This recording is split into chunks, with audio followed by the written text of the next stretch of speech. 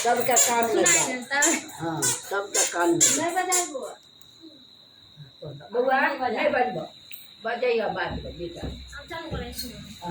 एक बार नैमिषारण्य के निवासी ऋषियों ने संसार के कल्याणार्थ सूत जी से पूछा, हे सूत, कराल काली काल में लोगों के बालक किस तरह दीर्घायु होंगे, सो कहिए। सूत जी बोले, जब द्वापर का अंत और कलयुग का आरंभ था, उसी समय बहुत सी शोकाकुल स्त्रियों ने आपस में सलाह की कि क्या इस कलयुग में माता के जीवित रहते पुत्र मर जाएंगे। जब वे आपस में कुछ निर्णय नहीं कर सकी, तब गौतम जी के पास पूछने के लिए गई। जब उनके पास पहुंची तो उस समय गौतम जी आनंद के साथ बैठे थे। उनके सामने जाकर उन्होंने मस्तक झुकाकर प्रणाम किया। तदंतर स्त्रियों ने पूछा, हे प्रभु, इस कलयुग में लोगों के पुत्र किस तरह जीवित रहेंगे, इसके लिए कोई व्रत या तप हो तो कृपा करके बताइए। इस तरह उनकी बात सुनकर गौतम जी बोले, आपसे मैं वही बात कहूँगा जो मैंने पहले से सुन रखी है। गौतम जी ने कहा, जब महाभारत युद्ध का अंत हो गया और द्रोण पुत्र अश्वत्थामा के द्वारा अपने बेटों को मरा देखकर सब पांडव बड़े दुखी हुए, तो पुत्र के शोक से व्याकुल होकर द्रौपदी अपनी सखियों के साथ ब्राह्मण श्रेष्ठ धौम्य के पास गई और उसने धौम्य से कहा, हे विपेंद्र, कौन सा उपाय करने से बच्चे दीर्घायु हो सकते हैं, कृपा करके ठीक ठीक कहिए। धौम्य बोले, सतयुग में सत्य वचन बोलने वाला, सत्य आचरण करने वाला समदर्शी जिमुतवाहन नामक एक राजा था। एक बार वह अपनी स्त्री के साथ अपनी ससुराल गया और वहीं रहने लगा। एक दिन आधी रात के समय पुत्र के शोक से व्याकुल कोई स्त्री रोने लगी। एक दिन वह अपने बेटे के दर्शन से निराश हो चुकी थी। उसका पुत्र मर चुका था। वह रोती हुई कहती थी, हाय, मुझ बूढ़ी माता के सामने मेरा बेटा मरा जा रहा है। उसका रुदन सुनकर राजा जिमुतवाहन का तो मानो हृदय विदीर्ण हो गया। वह तत्काल उस स्त्री के पास गया और उससे पूछा, तुम्हारा बेटा कैसे मरा है। बूढ़ी ने कहा, गरुड़ प्रतिदिन आकर वहाँ के लड़कों को खा जाता है। इस पर दयालु राजा ने कहा, माता, अब तुम रो मत, आनंद से बैठो, मैं तुम्हारे बच्चे को बचाने का यत्न करता हूँ। ऐसा कहकर राजा उस स्थान पर गया जहाँ गरुड़ आकर प्रतिदिन मांस खाया करता था। उसी समय गरुड़ भी उस पर टूट पड़ा और मांस खाने लगा। जब अतिशय तेजस्वी गरुड़ ने राजा का बायां अंग खा लिया तो झटपट राजा ने अपना दाहिना अंग फेरकर गरुड़ के सामने कर दिया। यह देखकर गरुड़ जी ने कहा, तुम कोई देवता हो, कौन हो तुम, मनुष्य तो नहीं जान पड़ते। अच्छा, अपना जन्म और कुल बताओ। पीड़ा से व्याकुल मन वाले राजा ने कहा, हे पक्षीराज, इस तरह के प्रश्न करना व्यर्थ है। तुम अपनी इच्छा भर मेरा मांस खाओ। यह सुनकर गरुड़ रुक गए और बड़े आदर से राजा के जन्म और कुल की बात पूछने लगे।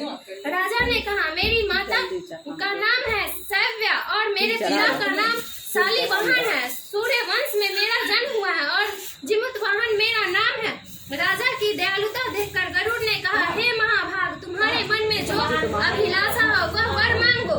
राजा ने कहा, हे पक्षीराज, यदि आप मुझे वर दे रहे हैं तो वर दीजिए कि आपने अब तक जिन प्राणियों को खाया है वे सब जीवित हो जाएं। हे स्वामी, अब से आप यहाँ बालकों को न खाए और कोई ऐसा उपाय करे कि जहाँ जो उत्पन्न हो वे लोग बहुत दिनों तक जीवित रहे। धौम्य ने कहा कि पक्षीराज गरुड़ को वरदान देकर स्वयं अमृत के लिए नागलोक चले गए।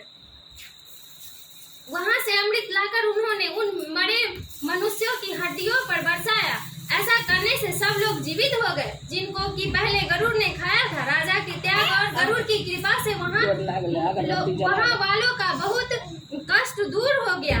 उस समय राजा के शरीर की शोभा दूनी हो गई थी। राजा की दयालुता देखकर गरुड़ ने फिर कहा, मैं संसार के कल्याणार्थ एक और वरदान दूंगा। आज आश्विन कृष्ण सप्तमी से रहित शुभ अष्टमी तिथि है।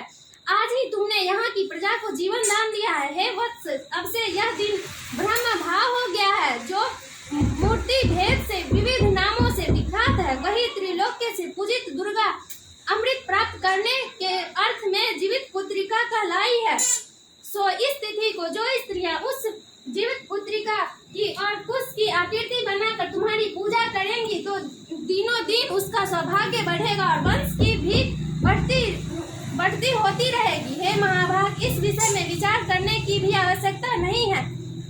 हे राजन, सप्तमी से रहित और उदय तिथि की अष्टमी को व्रत करे, यानी सप्तमी गिद्ध अष्टमी जिस दिन हो उस दिन व्रत न कर शुद्ध अष्टमी को व्रत करे और नवमी में पारण करे। यदि इस पर ध्यान न दिया गया तो फल नष्ट हो ही जाएगा और सौभाग्य तो अवश्य नष्ट हो जाएगा।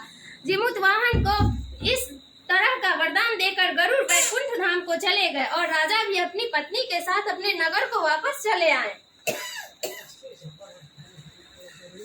धाम में द्रौपदी से कहते हैं, हे देवी, मैंने यह अतिशय दुर्लभ व्रत तुमको बताया है। इस व्रत को करने से बच्चे दीर्घायु होते हैं। हे देवी, तुम ही पूर्वोक्त विधि से यह व्रत और दुर्गा जी का पूजन करो तो तुम्हें अभिलाषित फल प्राप्त होगा। मुनिराज धौम्य की बात सुनकर द्रौपदी के हृदय में एक प्रकार का कौतूहल उत्पन्न हुआ और पूर्ववासिनी स्त्रियों को बुलाकर उनके साथ यह उत्तम व्रत किया। गौतम ने कहा, यह व्रत और इसके प्रभाव को किसी एक चिल ने सुन लिया और अपनी सखी सियारिन को बतलाया। इसके बाद पीपल वृक्ष की शाखा पर बैठकर उस चिल ने और उस वृक्ष के खोते में बैठकर सियारिन को ने भी व्रत किया।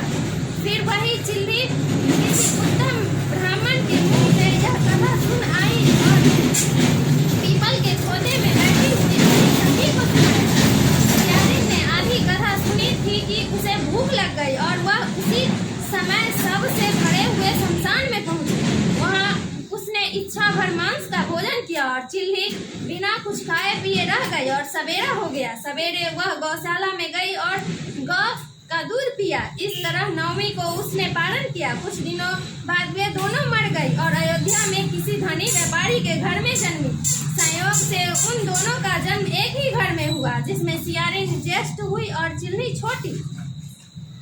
वे दोनों सभी शुभ लक्षणों से युक्त थी, इसीलिए बड़ी लड़की काशीराज के और छोटी उसके मंत्री के साथ ग्रह पत्य अग्नि के सामने विधि पूर्वक ब्याही गई। पूर्व जन्म के कर्म फल से वह मृगनयनी रानी हुई, जिस किसी भी संतान को उत्पन्न करती वह मर जाती थी। और पूर्व जन्म की बातों को स्मरण करने वाली मंत्री की पत्नी ने अष्ट वसुओं के सदृश तेजस्वी 8 बेटे उत्पन्न किए और सभी जीवित रह गए।